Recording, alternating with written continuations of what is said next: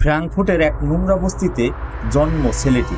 ছেলেটির বয়স যখন 12 তখন তার বাবা মা স্মল পক্সে আক্রান্ত হয়ে মারা যান। এরপর ছেলেটি বস্তির ছোট্ট একটা ঘরে 30 জনের সাথে থাকতে শুরু করে। কিন্তু পরবর্তীতে তার পরিবার বিশ্বের সবচেয়ে ধনী পরিবারে পরিণত হয়। আর এই পরিবারটি অর্থের ব্যাপারে এতটাই সচেতন হয়ে ওঠে যে তাদের পরিবারকে আরো ধনী করে তুলতে কাজিনকে বিয়ে করার প্রথা চালু করে। ওই পরিবারের কেউ অন্য বংশে বিয়ে করতে পারবে না। পরবর্তীতে এই পরিবারটি তাদের 5 ছেলেকে ইউরোপের গুরুত্বপূর্ণ 5টি শহরে পাঠায়, যারা 19 ও 20 শতকে পুরো বিশ্বকে নিয়ন্ত্রণ করেছিল।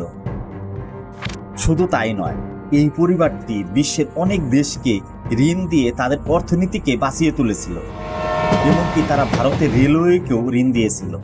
আপনি জেনে অবাক হবেন, তারা এত বেশি স্বর্ণ জমা করেছিল যা টাকার অঙ্কে ভারতের মহারাষ্ট্রের জিডিপির সমান। এবং তাদের 1800 প্যালেস আছে, যার মূল্য মুকেশ আম্বানির সম্পদের চেয়েও বেশি বললে ভুল হবে না। ধারণা করা হয় তাদের মোট সম্পদের পরিমাণ $500 ট্রিলিয়ন। এতক্ষণে আপনারা নিশ্চয়ই বুঝে গেছেন আমি কোন ফ্যামিলির কথা বলছি। পৃথিবীর সবচেয়ে ধনী পরিবারের পাশাপাশি সবচেয়ে রহস্যময় পরিবার। এই পরিবারের 5 ছেলের মা একসময় বলেছিলেন, চিন্তা করো না, ইউরোপে আর কোনো যুদ্ধ হবে না, কারণ আমার ছেলে আর কোনো দেশকে যুদ্ধের জন্য ঋণ দিবে না। রথচাইল্ড ফ্যামিলির গল্প শুরু হয় মেয়র রথচাইল্ডকে দিয়ে, যিনি 1744 সালে জার্মানির ফ্রাঙ্কফুর্টে জন্মেছিলেন। তার পরিবার ছিল ইহুদি, আর সেই ইহুদিদের প্রতি অনেক বৈষম্য ছিল। এর সূত্র ধরে রথচাইল্ডও বৈষম্যের শিকার হন। আর তাই ইহুদিরা রথচাইল্ডকে একসময় ফ্রাঙ্কফুর্টের বাইরের একটা বসতিতে রেখে আসেন। ওই জায়গাটা থাকার জন্য এতটাই অনুপযোগী ছিল, সেখানে 11 ফুট চওড়া একটি ঘরে 30 জন বসবাস করতেন। আর এখানেই তিনি তার প্রথম ব্যবসা শুরু করেন। প্রথমে তিনি বিরল মুদ্রার বিজনেস শুরু করেন। বহু বছর কঠোর পরিশ্রম করার পরে মেয়র রথচাইল্ড এতটাই সফল হয়েছিলেন যে তার পরিবার অষ্টদশ শতাব্দীতে সবচেয়ে বেশি আলোচিত ও শক্তিশালী পরিবারে পরিণত হয়। এমনকি সেখানকার যুবরাজের সাথেও তার লেনদেন শুরু হয় এবং প্রিন্স উইলিয়ামের সমস্ত সম্পদ ও অর্থের দখল নিতে শুরু করেন। মেয়র রথচাইল্ড ধনী হয়ে উঠলেও তিনি সন্তুষ্ট ছিলেন না। এর জন্য তিনি এমন 2টি জিনিস তৈরি করেছিলেন যা ওই সময় কারো মাথায় ছিল না। First strategy. মেয়র যখন জানতে পারে প্রিন্স উইলিয়াম বিপুল পরিমাণ স্বর্ণ কিনতে যাচ্ছে, এই খবর মার্কেটে পৌঁছানোর আগেই মেয়র বিপুল পরিমাণ স্বর্ণ কিনে স্টক করে রাখে। আর এই খবর মার্কেটে পৌঁছানোর পরেই স্বর্ণের দাম বেড়ে যায়। আর ঠিক এই সময় মেয়র তার মজুত করা স্বর্ণ বিক্রি করে বিপুল পরিমাণ অর্থ উপার্জন করে। ঠিক এই কাজটাকেই আজ ট্রেডিংয়ের ভাষায় ফন্ড রানিং বলা হয়। Second strategy. 1800 সালের শুরুর দিকে সারা ইউরোপে বিপ্লব চলছিল। ইউরোপের প্রত্যেকটা দেশ একে অপরের সাথে প্রতিদ্বন্দ্বিতা করতে শুরু করে। মেয়র তখন মনে করে এটা তাদের জন্য বড় সুযোগ হতে পারে। এর মাধ্যমে তাদের বিজনেস অনেক দূর যেতে পারে। আর এটা করতে হলে তাদের বিজনেস ফ্রাঙ্কফুর্টের বাইরে বিস্তার করতে হবে। তার জন্য তার 5 ছেলেকে দিয়ে ইউরোপের বড় 5টি শহরে বিজনেসের কেন্দ্র স্থাপন করেন। আর এই একটা সিদ্ধান্তই রথচাইল্ড ফ্যামিলির ভাগ্য একেবারে পরিবর্তন করে দিয়েছে। তাদের বিজনেসের কেন্দ্রগুলো ছিল ফ্রাঙ্কফুর্ট, লন্ডন, প্যারিস, ভিয়েনা এবং নেপলসের মতো ইউরোপের বড় শহরে। আর এখানেই তাদের ব্যাংকিং প্রতিষ্ঠানগুলি এত ভালোভাবে তৈরি হয় যে 5টি প্রতিষ্ঠান অনেক দূরে দূরে থাকা সত্ত্বেও 5 ভাই সেটাকে একটি প্রতিষ্ঠান হিসাবে পরিচালনা করত। তারা 5 ভাই একসাথে কাজ করত আর সমস্ত সিদ্ধান্ত একসাথে নিত। মেয়র রথচাইল্ডের 5 ছেলের মধ্যে সবচেয়ে বুদ্ধিমান ছেলে ছিল নাথান, যিনি মাত্র 15 থেকে 16 লাখ টাকা নিয়ে লন্ডনে এসেছিলেন এবং কয়েক বছরের মধ্যে এতটাই সফল হন যে প্রতি বছর হাজার হাজার কোটি টাকা আয় করতে শুরু করেন। 1811 সালে নাথান তার বাবা রথচাইল্ডের থেকেও বড় একটি ব্যাংক প্রতিষ্ঠা করেন। 1800 সালের কিছু আগে ও পরে ইউরোপের শিল্প বিপ্লবের সময় ব্যাপক যুদ্ধের মুখোমুখি হতে হয়েছিল রথচাইল্ড ও তার ছেলে নাথানকে। ইংল্যান্ড ও ইউরোপের অনেক দেশ বছরের পর বছর ধরে ফরাসি সম্রাট নেপোলিয়নের সাথে যুদ্ধ করেছিল। এই যুদ্ধে নাথান ভালো একটি সুযোগ লক্ষ্য করেছিল এবং নাথান একটি দল গঠন করেছিলেন, যারা যুদ্ধের সব ইনফরমেশন ইংল্যান্ডের সরকারের কাছে পৌঁছানোর আগেই নাথানের কাছে পৌঁছাত। আর নাথান এই তথ্য খুব খারাপ উপায়ে ব্যবহার করত। নাথান সবচেয়ে খারাপ কাজটি করেছিল 18 জুন 1815 সালে ওয়াটারলু যুদ্ধে। আর এই যুদ্ধে যা ঘটেছিল তা ইংল্যান্ডের কেউ কল্পনাও করতে পারেনি। কেউ ভাবতে পারেনি ফ্রান্সের রাজা নেপোলিয়নকে এই যুদ্ধে এইভাবে পরাজিত হতে হবে। সেই সময় ইন্টারনেট বা টেলিফোন ছিল না। তথ্য আদান প্রদানের একমাত্র মাধ্যম ছিল ঘোড়া এবং কবুতর। আর এটাই রথচাইল্ড পরিবারকে অনেক এগিয়ে নিয়েছে, কারণ রথচাইল্ড পরিবারের অনেক ঘোড়া এবং কবুতর ছিল।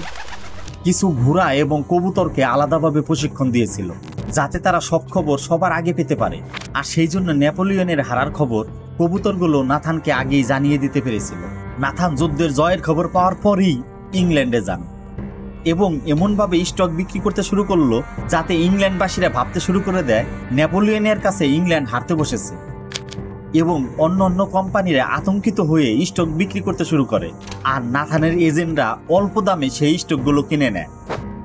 অবশেষে সবাই যখন জানতে পারে ইংল্যান্ড যুদ্ধে জিতে গেছে, তখন অনেকে আবার স্টক কিনতে শুরু করে। এতে করে শেয়ারের দাম বেড়ে যায়। ঠিক তখনই নাথান তার আয়ত্তে থাকা শেয়ারগুলি বেশি দামে বিক্রি করে, আর এতে করে নাথান অনেক লাভবান হয়। এর সবকিছুই সম্ভব হয়েছে নাথানের সঠিক পরিকল্পনার কারণে। রথচাইল্ড পরিবারটি শুধু ব্যাংকিং সেক্টরেই নয়, রেলওয়ে, শিল্প এবং তেলে বিনিয়োগ করতে শুরু করে। আর মেয়র সমস্ত ইউরোপ জুড়ে রেল লাইনে অর্থায়ন করেছিলেন। তিনি 1895 থেকে 1907 সাল পর্যন্ত 12 বছরে $450 মিলিয়ন শুধুমাত্র ইউরোপের বিভিন্ন সরকারকে ঋণ দিয়েছিলেন, যার বর্তমান মূল্য $14 বিলিয়ন বেশি।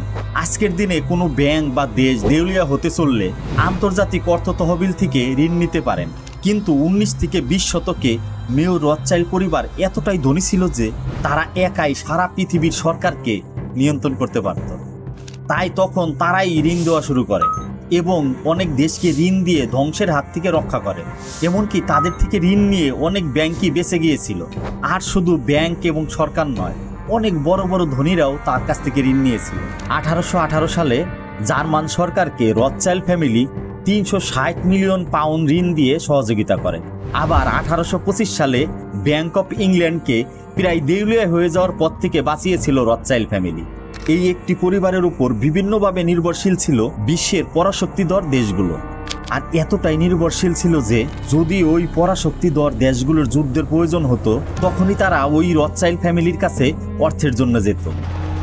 19 শতকে যখন পুরো ইউরোপ জুড়ে যুদ্ধ চলছিল, তখন ওই 5 ভাইয়ের মা গাটল রথচাইল্ড বলেছিলেন, চিন্তা করো না, ইউরোপে আর কোনো যুদ্ধ হবে না, কারণ আমার ছেলে এখন আর কোনো দেশকে যুদ্ধ করার জন্য অর্থ দেবে না। এই একটা কথার মাধ্যমে বোঝা যায় রথচাইল্ড ফ্যামিলি কতটা ক্ষমতাধর ছিল। আজকের দিনে সোনার চাহিদা অনেক বেড়ে গেছে। অনেক ধনাঢ্য ব্যক্তিরা এবং ব্যাংকগুলো স্বর্ণ স্টক করে রাখছে, কিন্তু আশ্চর্যের বিষয় হলো রথচাইল্ড পরিবার আগেই বুঝে গিয়েছিল স্বর্ণের চাহিদার কথা। তারা বিশ্বের বিভিন্ন সোনা ও রূপার খনিতে ইনভেস্ট করেছিল। মার্কিন যুক্তরাষ্ট্রে যখন সোনার সংকট ছিল, তখন মার্কিন প্রেসিডেন্ট সেই সময়ের ধনী ব্যক্তি জেপি মর্গানকে ডেকে বলেছিলেন, যত তাড়াতাড়ি সম্ভব সোনার ব্যবস্থা করতে হবে, তা না হলে বড় সমস্যা হয়ে যাবে। জেপি মর্গান জানতেন পৃথিবীতে একটা পরিবারই আছে যারা স্বর্ণ দিয়ে সাহায্য করতে পারে, সেই পরিবারটাই হলো রথচাইল্ড পরিবার। মর্গান দ্রুতই তাদের সাথে যোগাযোগ করে এবং প্রায় 100 টন সোনা তাদের কাছ থেকে কিনে নেয়, যার বর্তমান মূল্য 5 লাখ কোটি টাকারও বেশি। 19 থেকে 20 শতকে অনেকগুলি গাড়ির কোম্পানি পেট্রোলের ব্যবহার শুরু করে। তখন সারা বিশ্বে তেলের চাহিদা বেড়ে যায়। আর সবচেয়ে ইন্টারেস্টিং বিষয় হলো 1883 সালে রথচাইল্ড ফ্যামিলি এই ভবিষ্যৎবাণীটি করেছিল। তারাই প্রথম বিশ্বের তেলের খনিগুলোতে ইনভেস্ট করা শুরু করে, আর এই কারণেই তারা তেলের ক্ষেত্রেও একচেটিয়া রাজত্ব করেছিল। তবে প্রথম ও দ্বিতীয় বিশ্বযুদ্ধে এই পরিবারের অনেক ক্ষতি হয়েছে। ইংল্যান্ড ও ফ্রান্সের বাহিরে যারা ছিল, হিটলার বাহিনী দ্বারা তাদেরকে ব্যাপক ক্ষয়ক্ষতির শিকার হতে হয়। অনেকেই তাদের পরিবারের এই সত্য ঘটনাটা জানেন না। ঠিক তেমনি জ্যাকব রথচাইল্ড, যার কথা অনেকেই জানেন না, কিন্তু এই ব্যক্তিটি আজ পুরো রথচাইল্ড ফ্যামিলিকে নেতৃত্ব দিয়ে যাচ্ছে। আর আজকে এই রথচাইল্ড পরিবার শুধু ব্যাংকিংয়ে নয়, ওয়াইন উৎপাদন সহ ইএনটি পরামর্শদাতা হিসাবে কাজ করছে।